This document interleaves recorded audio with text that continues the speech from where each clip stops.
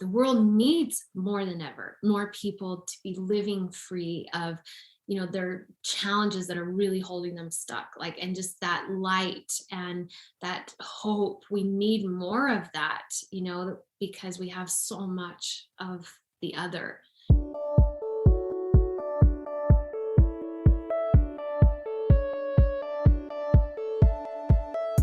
So you want to make an impact. You're thinking about starting a business, sharing your voice. How do women do it that handle motherhood, family, and still chase after those dreams? Well, listen each week as we dive into the stories of women who know. This is Call Me CEO. If you've ever wondered what the limitations of your mind can be or what you are capable of, you have got to listen to this episode with Ashleigh Di Lello, who is the founder and creator of bioemotional healing, a revolutionary method based in neuroscience that helps her clients around the world break from limiting beliefs, behaviors, emotional trauma, and the effects of chronic pain and illness. We also talk about how you can use this same practice to overcome anxiety, depression, and different limitations that exist within your mind. Ashleigh is someone who has gone through 2 transformative times in her life where she was told that she could not live past and through some really difficult physical experiences in her life. She was also a contestant of So You Think You Can Dance, an elite athlete on TV, Broadway, an entrepreneur, and a mind coach. I know you're going to love this episode, so let's dive in. Welcome back, everyone, to another episode of Call Me CEO. And this is an episode I've been looking forward to recording for a while. Ashleigh Di Lello. I was so nervous about saying your last name right that I messed up your first name. Ashleigh Di Lello is here with us today, and she is such a beautiful person inside and out. And we are going to dive into how she can help you heal your body with your mind, which is something that she's done more than once. And I can't wait for you to hear her story because I recently saw her present at an event and my jaw was just to the floor of everything you've been through. Oh my gosh. And that you are the creator of bioemotional healing, which she has trademarked, and it's made just by her. And it's unique to her in a way of using neuroscience to heal your body, which is incredible. So thank you so much for being here today. I'm so excited to be here. Thank you. And I want to emphasize, also use your mind to heal your mind, right? Mm-hmm. Because we have more mental, emotional issues, and struggles that are happening at an unprecedented rate in our entire history. So your mind is so powerful, both for what's happening in your mind, but also, of course, and through my journey, what's happening in your body. Yeah. Oh my gosh. That's a whole topic that I'm like, yes, we need to dive into this. And before we go down that beautiful path, we're going to fangirl for a moment because you were on So You Think You Can Dance with your husband. Was it season 6? Is that what I know. 6? It was. It seems a long time ago now. Let's just say those were the golden years of So You Think You Can Dance, because I feel like after they changed the format and things, I don't know, it just wasn't as good. You got in there right when things were in their sweet spot. Tell us about how you met your husband. I know that was before the competition, but your journey is just so fun. And I'm such a fan of you and your tryout. I just rewatched it, which is kind of weird and funny, but man, just going through the process of trying out and the way that they talk to you, I'm like, you have to have a mind of steel, girlfriend. Like, it's scary. Gosh, we can talk about so much in that because it is a TV show. The dancing is real, but a lot of the rest is manipulated because it's entertainment, right? So we could talk a whole hour. That's we need to do an episode just for that. It's funny because now it's back, which is great. But my episode's been so long ago. I mean, I can talk about it. But, they get to know you prior to even you get on stage. They have people just to kind of get familiar with you. So of course they knew my husband and I, we were married, right? Which is rare. And no married couple had ever made the show, and they haven't since we were on it. Because obviously it's kind of rare to have 2 people that both can be versatile and have a personality. And, anyone named Ashleigh was my competition. Anyone from my husband named Ryan was his competition. I mean, there's just such a different million factors of how you can make, I mean, 1 of 10 spots for a female, 1 of 10 for a male. And that was at the height. So I think there was something like 10,000 people that year that auditioned. So obviously your odds are pretty slim, and there's so many talented people in the world and so many other factors. So they kind of set us up from the beginning. I think they had an idea we could go far potentially. And so they wanted to make it more dramatic. And so Ryan and I were the first ones to dance in Salt Lake City. So all the competitors were there, and we were the very first ones on stage. Wow. And prior to when we go on, Nigel Lithgow says, you know what, I know you're ballroom dancers and you're used to looking at each other, but you know, we are here in front of you, the judges and the audience, and I want you making eye contact with us throughout the whole dance. I'm not kidding. This is not on film, right? So my husband and I are looking at each other like, that's not what we do. Like, of course we engage with our audience, but ballroom dancers engage with each other, right? That's part of that chemistry. So literally as we're about to dance, he says that, and it throws me off. Like I'm actually not a huge fan of that audition tape because the floor was so slippery, and it just threw me off what we normally did. And then we dance, and they're like, man, you guys just barely looked at each other. They're like, you didn't really have chemistry. If you watch me closely and you know me well, I'm trying so hard to control my face and be like, are you kidding me? You set us up. Like, oh my gosh. So anyhow, there was so much more from that, because, you know, then it was drama. And when I was on the show, they kept saying, oh, I think you have more chemistry with your partner than your husband. It was just a storyline, but nonetheless, it was the most amazing experience for sure. Wow. Those are the behind the scenes tips that you don't know about unless you know someone who's been in that situation where they really do try to weave in a story that's like, has nothing to do with the actual process. It's like the drama piece. So I appreciate you sharing that, because geez, that they were pretty rough on you on that tryout. I'm really sorry. No, it's okay. And they were through Vegas week 2, and they completely manipulated the story of me making the show. But all of that was to create drama. And, you know, when you sign the contract to do the show, you literally sign your right away. You know, you obviously can control what you say on camera and what you do, but they're so good at creating whatever story, whatever narrative they want. Yeah. So I had to sometimes sit in interviews and say, no, I'm not going to say that, because the producers would try to feed a certain narrative to put you in a certain you know, and thankfully I was older and I realized that quickly. So I was more apt to stand up and say, no, I would never say that, because that's not my personality, because they have to have enough different personalities going on. So yeah, that's the other side of the whole thing that you don't just see. But when we walk on stage, that is us, right? We have control over that. And you just had to, you know, embrace that. Yeah. Oh my gosh. Well, it's no question that you have such a fierce amount of like knowing yourself and strong will. I mean, that's something where in your story we never saw.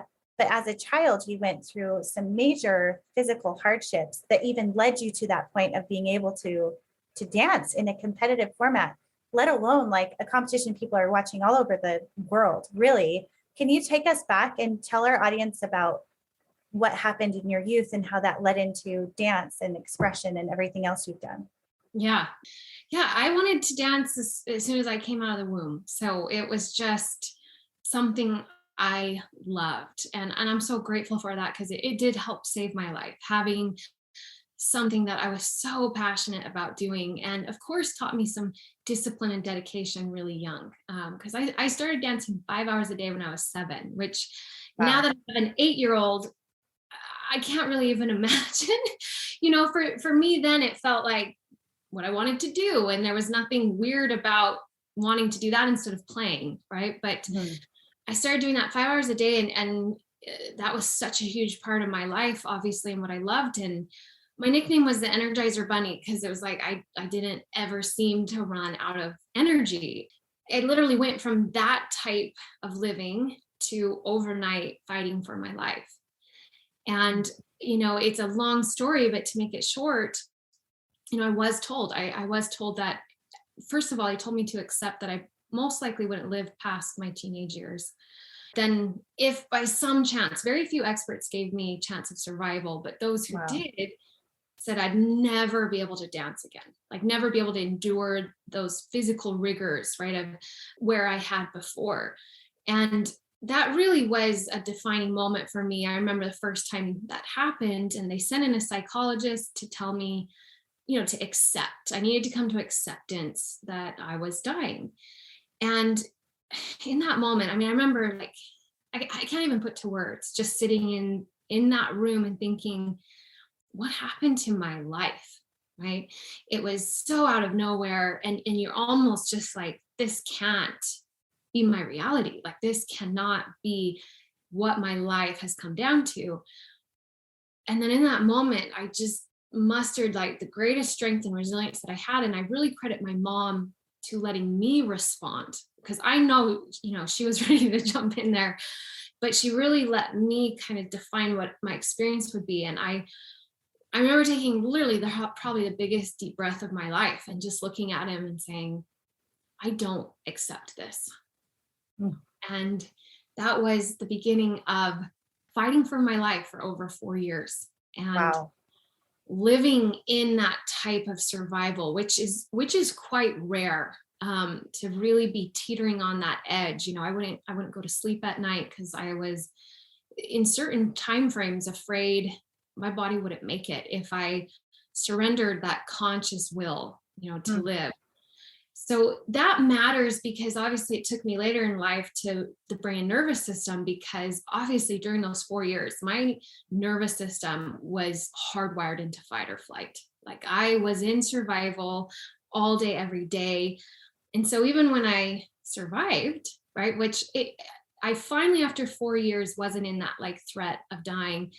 But then I had to rebuild strength and get better. And I was out of dance in total for 6 years until I was at the physical place, to go back to that.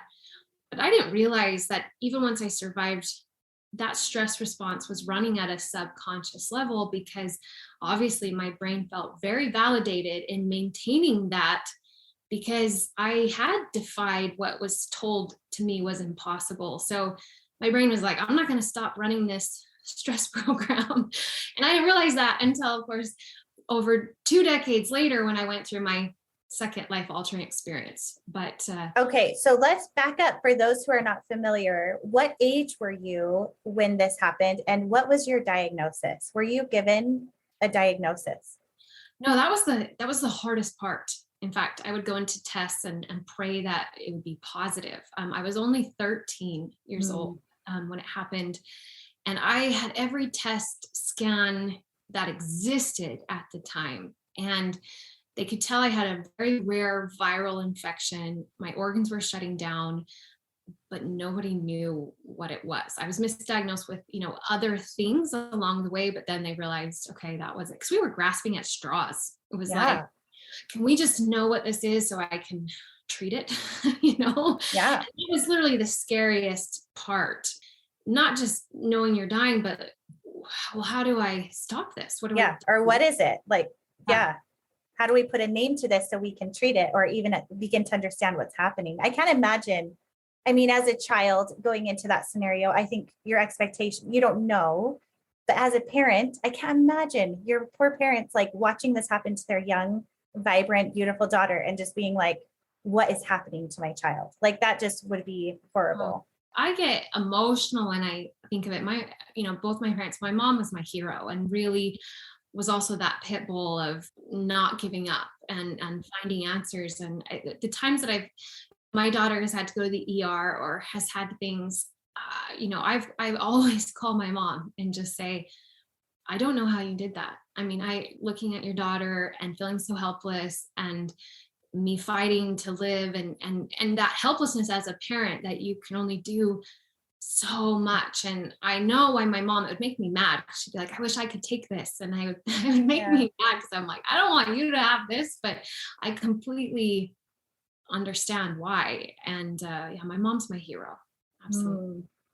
So take me to that moment. And now as a mother looking at it, I'm sure, especially now that your daughter's getting closer to the age you were, you're starting to realize those emotions that she had for you and that love. What would you say, what was that turning point of you realizing you were getting better? And I know that because I've seen you talk about this before, that you said that you were self-healing through your mind power without even knowing what it was that you were doing or what that process was. So what was that transition for you? And when did you realize that the tides were turning and you were healing? Mm-hmm.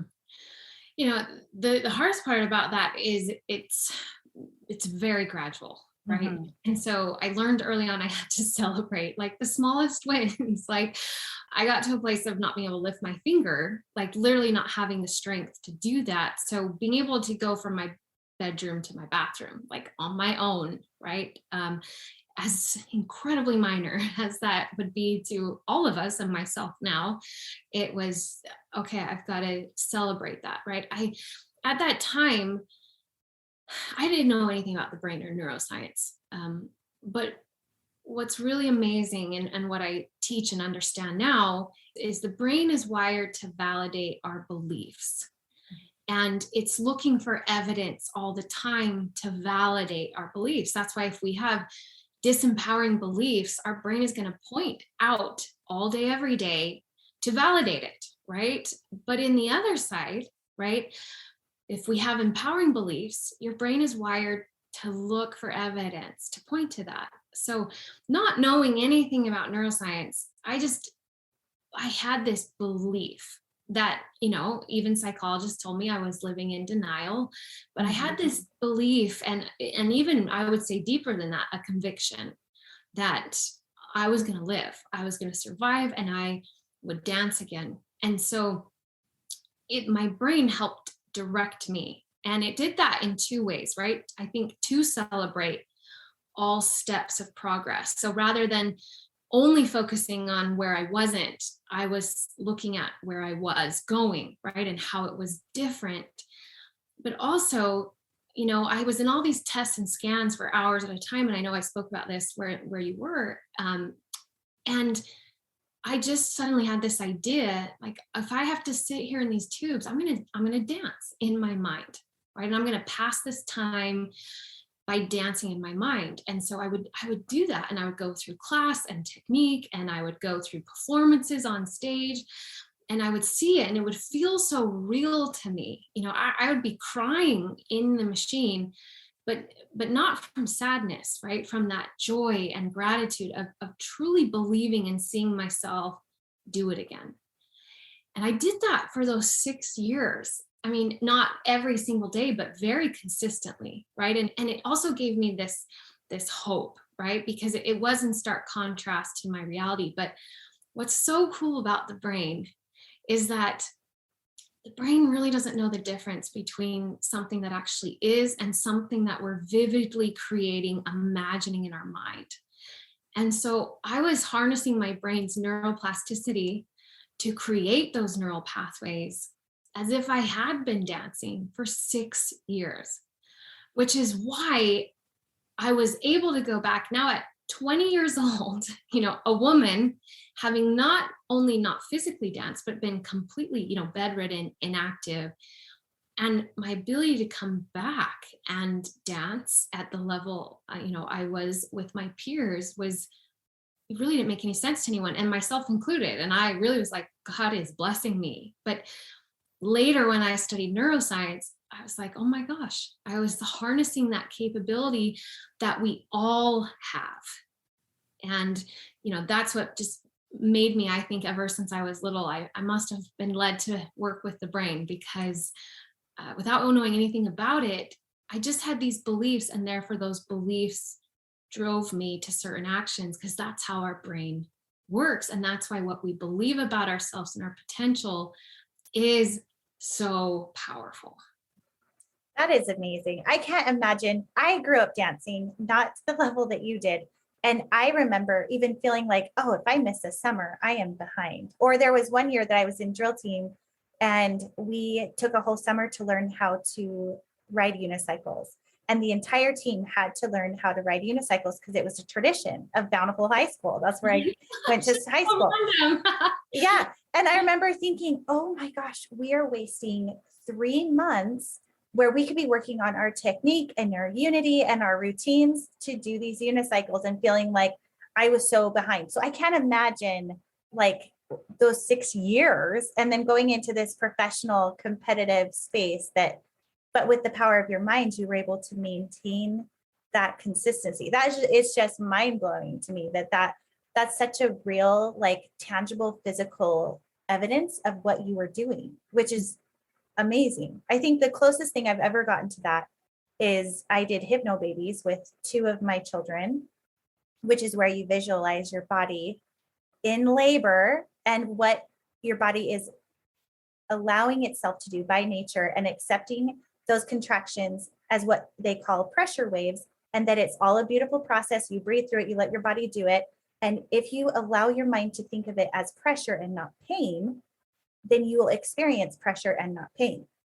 And because I had been in a place where epidurals hadn't worked well for me, and I thought, well, if I'm going natural anyway, may as well give this a try. And I can testify, like with all the power of my being, that it worked. And I did not experience pain. I was experiencing pressure, but it required daily practice, which at the time you're just doing it by faith. Like, is this actually going to work? Am I crazy? People would say, why are you doing this? And more than anything, it was that resolution in your mind, that conviction that my brain has the power to create this reality. And so I can relate in that way. And I just think it's so beautiful that you're allowing other people to realize that they can use their brains for power. Yeah, I love that. It twofold, because that's my greatest passion is, we all have different talents and intellects and inherent strengths, but we all have this unbelievable brain. And it's like this level playing field, right? It's not just, well, that's them, this is me. It's like, no, we haven't been taught how truly powerful we are and the capabilities in our life, no matter what we were born with, or no matter the challenges that come our way. And to the other point of what you said, with it being pressure instead of pain, this is another place that is so important to understand about how your brain works. Everything comes down to meaning. So the meaning we give our experiences in our lives is really what determines how our brain reacts to it, right? So obviously, nobody wants to feel pain. And going through a chronic pain journey as an adult, I can tell you my brain's meaning around pain is at a whole new level, right, than it was even when I was sick. But when you change, and that's what they really were telling you to do, because pressure feels a lot less threatening, right? So therefore, your brain isn't already feeling so threatened around the contractions. And when the brain feels threatened around anything, it amplifies the stress response. So that can actually amplify the pain. That can amplify your emotional reaction to the pain, and therefore your tolerance of it. So what I love about that is not that you were just not only, visualizing ahead of time, but you gave the experience a different meaning.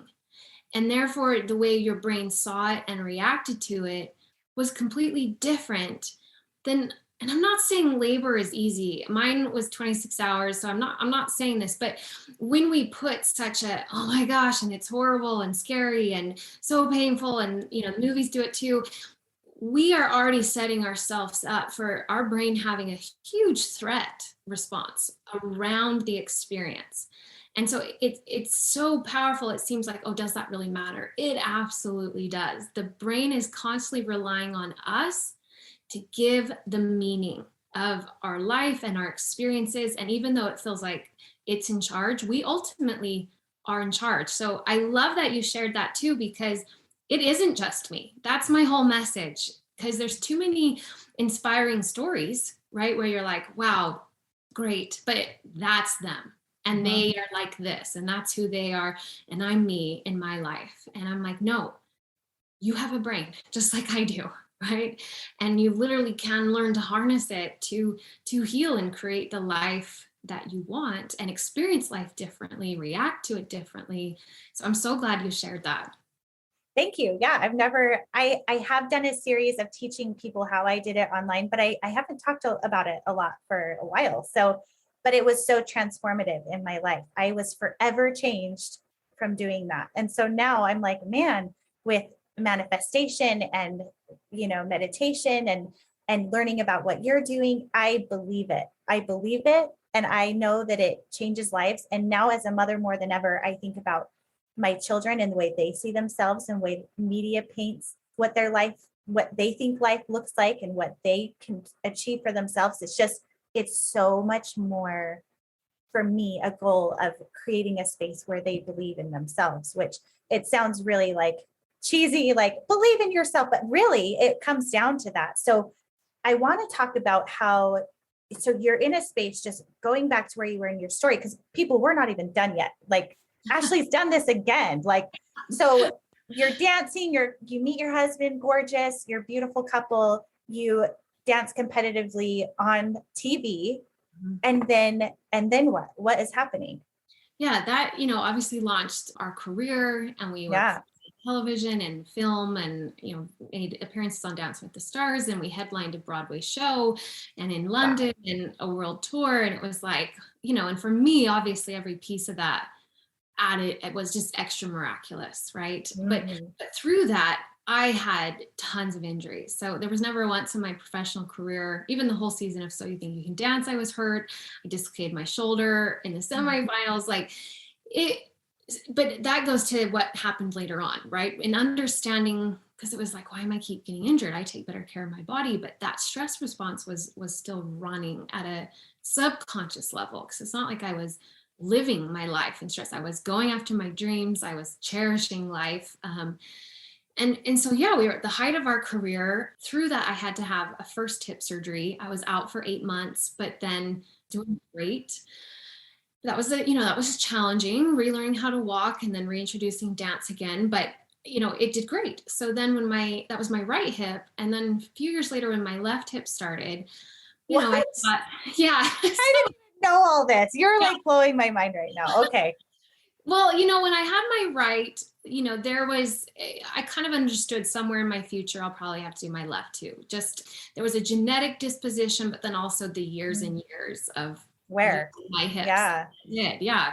But I thought it would be like a lot later, so it wasn't ideal when it showed up, but I thought, okay, I know that I have to fix this, because I tried to not do surgery for a long time. And then I got to where I was worried I had done permanent, like irreversible damage, because I kept dancing through it. And so I was like, well, I'm not going to do that again with my left hip, so, and of course it had ramifications for children. Right after my right hip surgery, we had to wait at least a year to even get pregnant, because they'd had women re-injure their hip giving birth. Obviously, there's a lot of pressure there. So it had to be close to a 2-year before giving birth. So my left hip started showing up about when my daughter was a year. And so my husband and I were also like, well, let's do this now, because we've now got to extend this time frame with our family. So, I thought, well, it's going to go the way my right hip did. And I'm even more prepared now. I know what it looks like. And I was at my strongest physical self, because I was also a personal trainer and certified in that, because that had been my avenue to getting back to dance. So I was so passionate about getting strong and functional. So I literally was in the best, strongest shape of my life, like a machine. And I say that in a way that it was just amazing for me to feel so strong after all that I had gone through. So I'm like, yeah, I'm gonna just bounce back maybe even faster. And how old are you right now, by the way? My daughter's 1 year, so I'm 30. Oh my gosh, now I've been on this journey so long, I'm like going through my math. Okay, so I was 33. Okay. 33. And I went to the surgery, and it didn't feel the same afterwards, but I didn't really know until I tried to get off my crutches and try to put weight on my left hip again and start walking. And then I knew instantly something was wrong. Not only did it feel completely different, but the pain just skyrocketed, and not just in my hip, but then my whole spine and the whole front. And then it was my neck and my jaw and my head and my shoulder, like the whole shoulder girdle. And all of a sudden it's like very deja vu.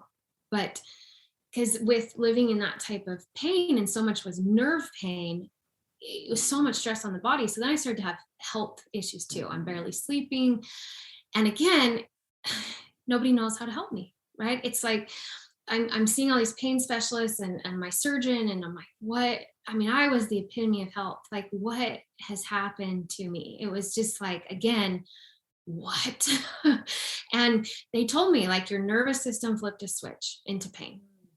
You're a chronic pain patient now. Like, I also had horrible like bladder, pelvic pain. They call it interstitial cystitis. Then I started having digestive issue. I mean, it was, but this time it was so much harder because I'm a mom.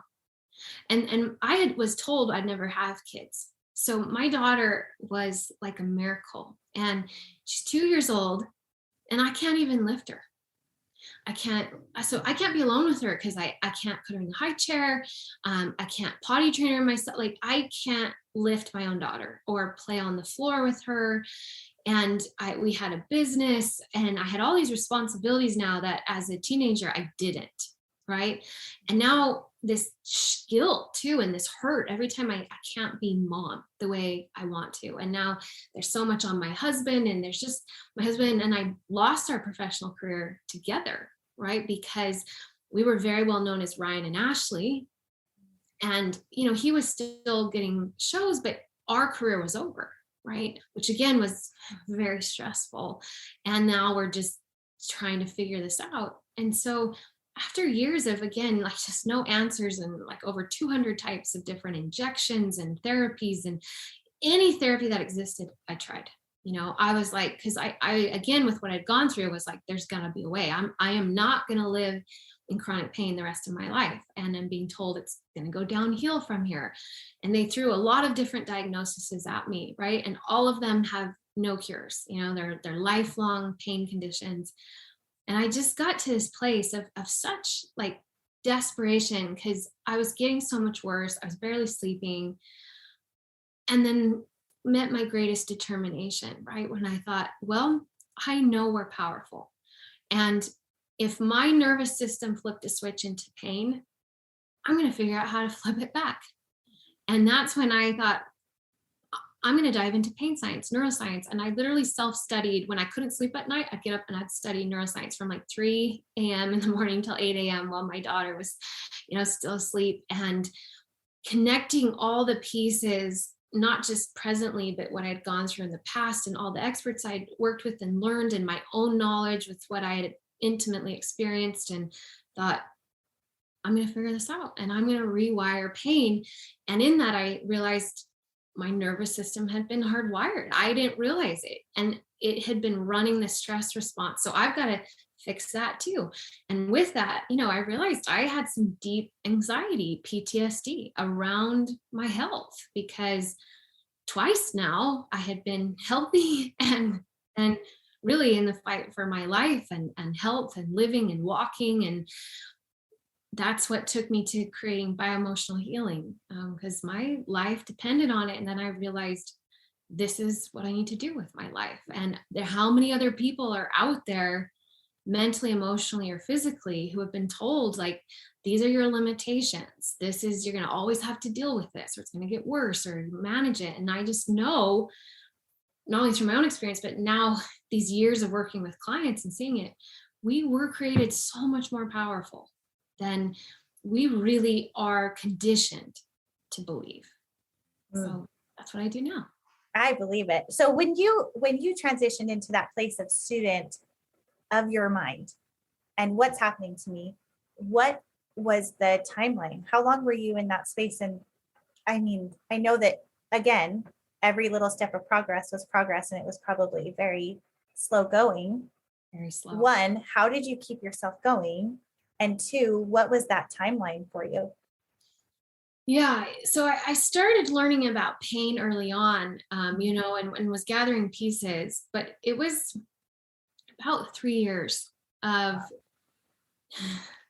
true hell on earth. Like, Yeah. uh, living in pain is something I just wouldn't wish upon my worst enemy, because there's no escape from and that's why it can literally, you can lose every part of your soul to it. Yeah. And that was, I mean, in all truthfulness, it's not something I've talked a lot about. Not one time during my illness did I ever want to die. Not once. Like, I was determined to live. I wanted a full life. And it really was this night after about 3 years. And, I would sleep maybe 2-3 hours a night. My daughter would bump me and my body would react like a semi truck hit me. And then now I'm like afraid to even go anywhere with crowds or people, right? Because so I'm just living in this hypervigilance. And one night, just after 3 years, and we've spent so much money, like, we nearly lost our home because all these treatments aren't in insurance, and they're all so expensive, and we're doing anything holistic and functional too. And, my daughter's crying because I can't do stuff with her. Right. And I remember one night, I'm getting emotional, and I was just like, God, this is not life. Like, what is this purpose, of so much hard with seemingly no hope? And I've done everything. And I just remember that moment thinking, and I was not anywhere near like suicidal, but it was shocking for me to kind of lose that love and for life in that moment, because I never lost that, even when I'd gone through all I had. And I honestly thought if I could get to that point, what is so many other people feeling, right? Who maybe, haven't gone through what I've gone through, or weren't born with kind of that same determination, resilience, and love. And obviously I conditioned that, but it was really that night when I knew it wasn't just for me, but for other people, that I had to figure this out. And my life depended upon it, but I also knew in that moment that other people's did too. And it was both of those together that just drove me. And it was time, and rewiring pain is so hard. It takes the longest because pain is the biggest protective mechanism the brain has. But I just some days had to sit with, well, we know what will happen if you give up, right? What will happen if you don't? And that's the possibility I want to live in. And so I just kept going, kept doing. And piece by piece, slowly but surely, I'm here now. We are powerful. Wow. Wow. That is, I'm a bit at a loss of words, because as I'm listening to you, and I'm sure this is the experience of others who are listening, I have people come to mind in my mind that I know are living with chronic pain. And I am also thinking about what a gift you are to be able to share that, and to not only have gone through this once, but twice, and to be able to keep that determination and that love. Like, that is so beautiful. I'm just so grateful. Thank you. And to that point, right, not just pain, but like, because I've worked with so many clients with anxiety and depression, and they're in a mental prison, and every day is such a fight and a struggle. And then when you add becoming a mother and kids and that volatility, and then they're literally, then the shame and the guilt of reacting to your kids, or not being able to show up and play and interact the way, you want to. And again, being told, well, you're going to have to manage this the rest of your life, right? And the thing that we're missing in the mental health world and medical health world is, of course, everything gets worse, because no matter what the pattern is, the longer we're in it, the more those neural pathways get solidified. Yes. The more the brain gets hypersensitive, hypervigilant, whether that's around a physical or mental emotional symptom, it's really the same. And that's why my work, though it first started physical, realized it doesn't matter what it is, it's happening in the brain, and of course it gets worse. And so what's amazing, right? And I just had a client, there's so many stories, and she's for 15 years, psychologist, psychiatrist, medication, and she had kids, and that always makes it worse, always, right? Because I don't care if there's no normal, but let's just say you're a normal, healthy, functioning adult. You have children and everything changes. Oh yeah. Yeah. Suddenly you have less of a fuse, like, and all these things, because we know you're living you're managing other people's emotions and their growth. And you're now, having to do that each day, which is beautiful, but also challenging. And she, gets to that point of like, I don't want to fight so hard every single day. And again, same as me, not suicidal, but like, this doesn't feel like life. Like there has to be more. And I know that part of life is struggle or is challenge. And I'm grateful for that, because that really does give us depth as human beings that we wouldn't otherwise have.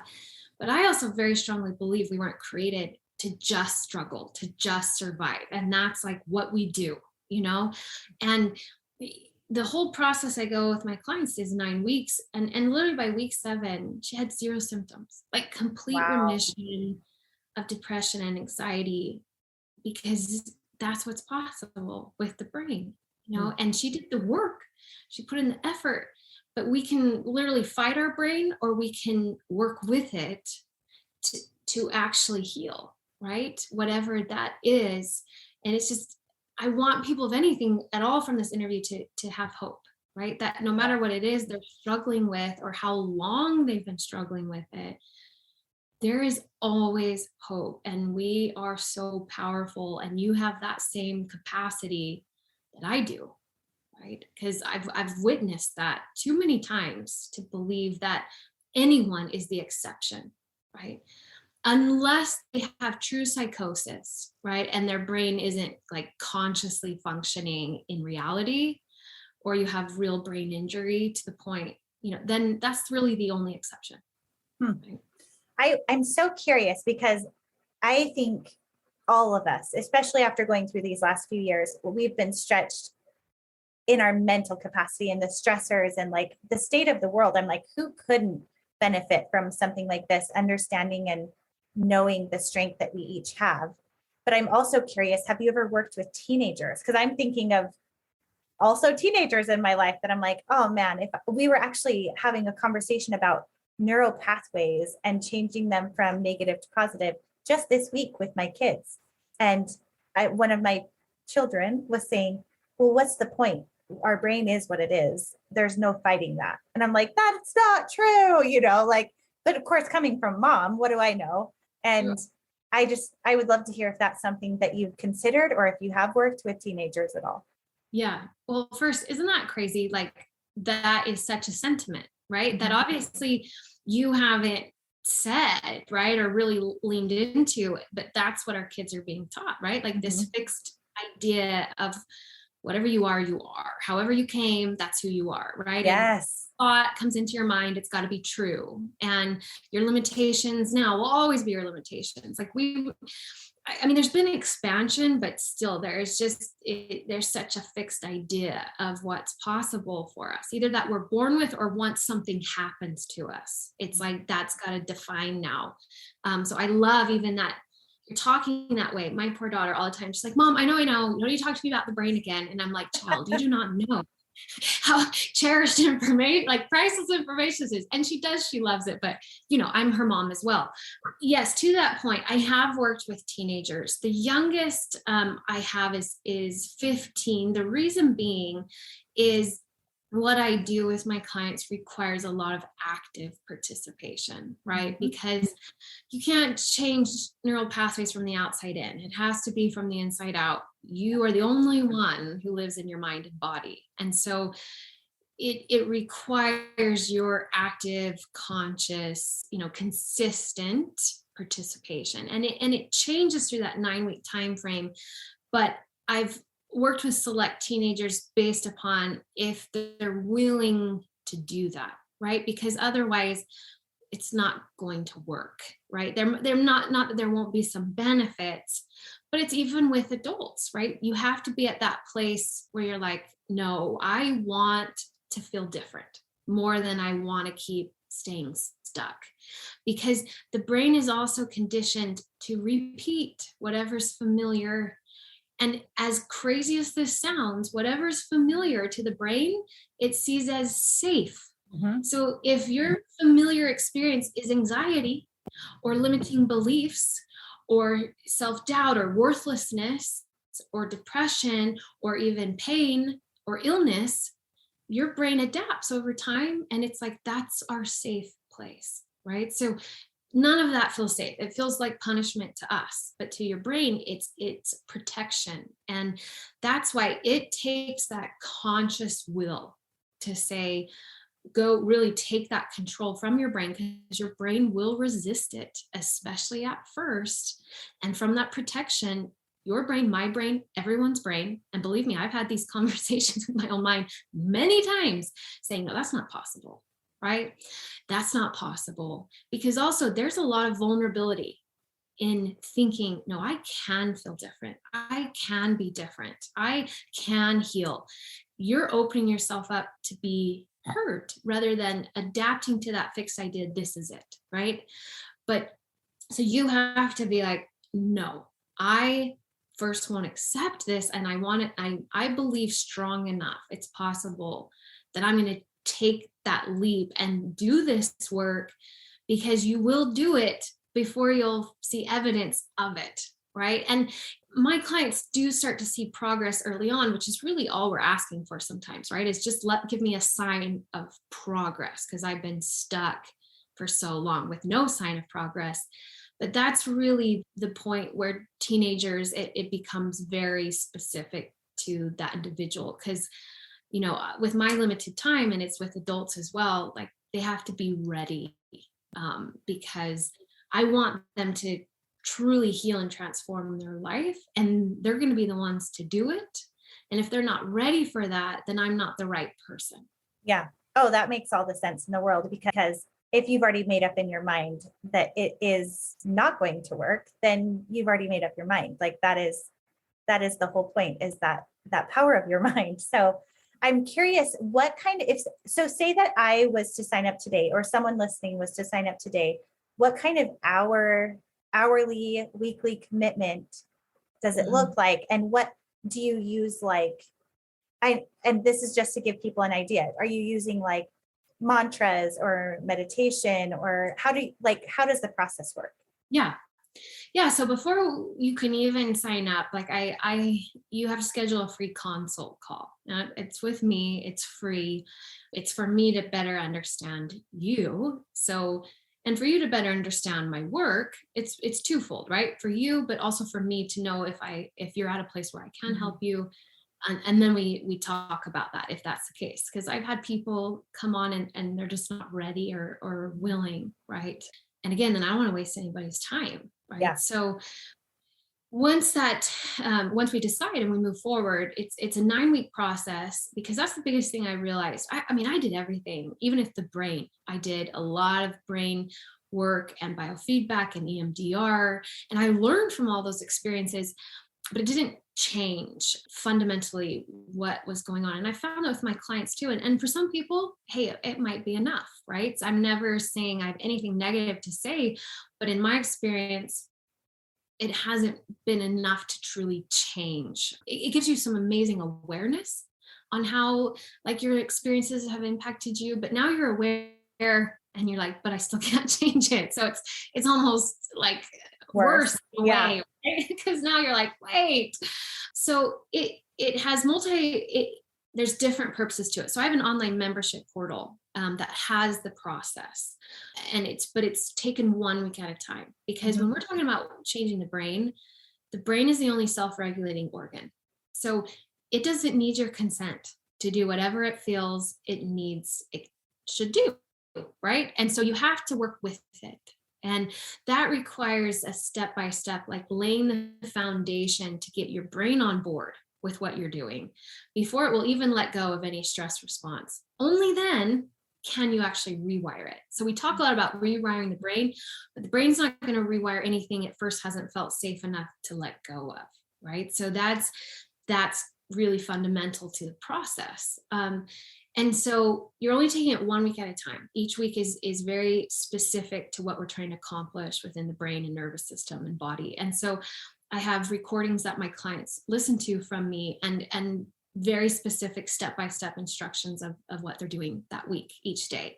And then we have weekly coaching calls on Zoom with me to, of course, further expand upon it. We do specific things on the call. And of course, I answer any questions that they have, because that contact is very needed, which is why the amount of clients as well that I can take on has its limits. But that's really the only way to achieve the transformation I'm talking about, right? Mhm. It can't just be online. It requires this feedback and communication, and it changes. So a lot of brain programs that I've seen, it's like you do the same thing for 10 weeks, 12 weeks, 15 weeks, and it's like, but we're not progressing, right? So I utilize tons of different tools and techniques, but they're done in a very specific order with a very specific purpose. Because again, the brain has to understand why you're doing it, the meaning behind it, the intention, but it also has to be ready to receive it. Because if your system's already in stress, whether physically, mentally, or emotionally, or usually a combination, right?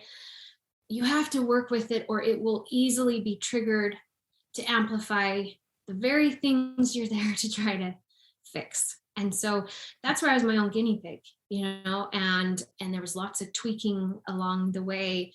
And even with some of my first few clients, which they knew, because it was getting that feedback. And the beauty in that is I've seen it work, like regardless of who the person is, which is, I didn't know that first when I launched my business. I literally looked at my husband and I'm like, okay, this worked for me. And I really do know I've got something amazing here that I just know, it's been 25 years in the making, but did it work because of me, right? And who I am and what I believe. And then it was just, so I had to take that leap of faith, as any business person does, right? Mm-hmm. Putting your product out there, your name, whatever it is, right? There's that leap of faith we all have. And I definitely had to, even though I had witnessed its impact first, right? But then that's the beauty of the brain and this process.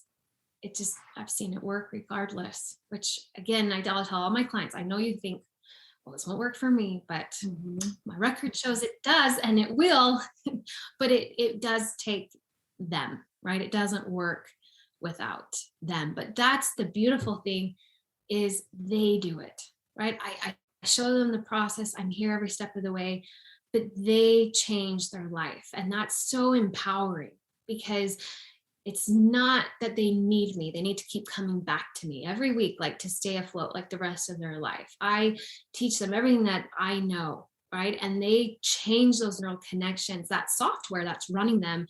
So the changes don't stop. They just keep getting stronger and stronger.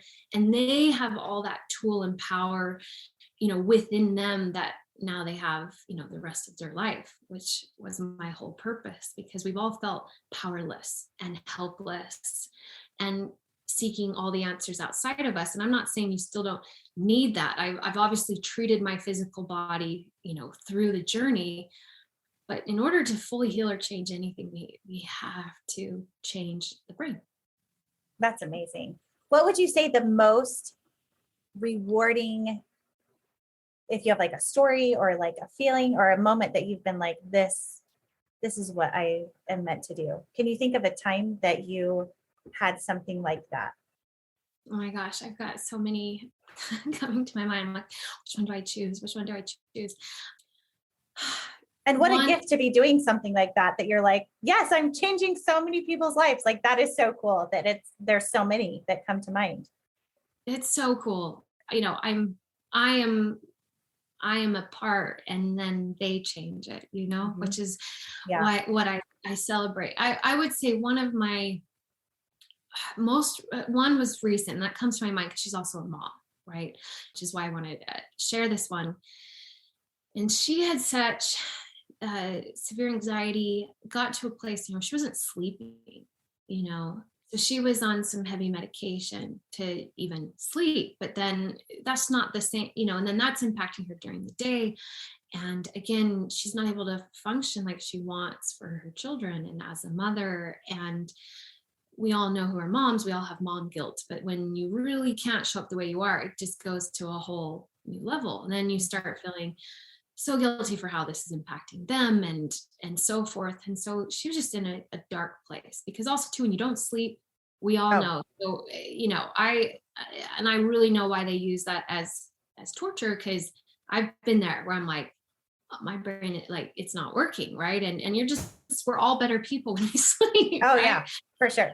So she just felt so desperate, psychiatrist, heavy medication, but she couldn't sleep. And the anxiety would really take hold at night too, or interrupt all her sleep. Just awful, right? In so many ways. And then of course her health was being impacted, and her relationship with her husband and her kids. And so she found me, and had all the doubts in the world too, right? Because she's been, and all my clients do, like, for mostly there's doubts there, that's human, but their belief, it has to just be a little stronger, or their hope, or them even wanting to believe, right? And there was ups and downs. It was a challenge. And I remember, I think it was at 7 weeks or 8 weeks, she was completely off all medication. Wow. And sleeping through the night.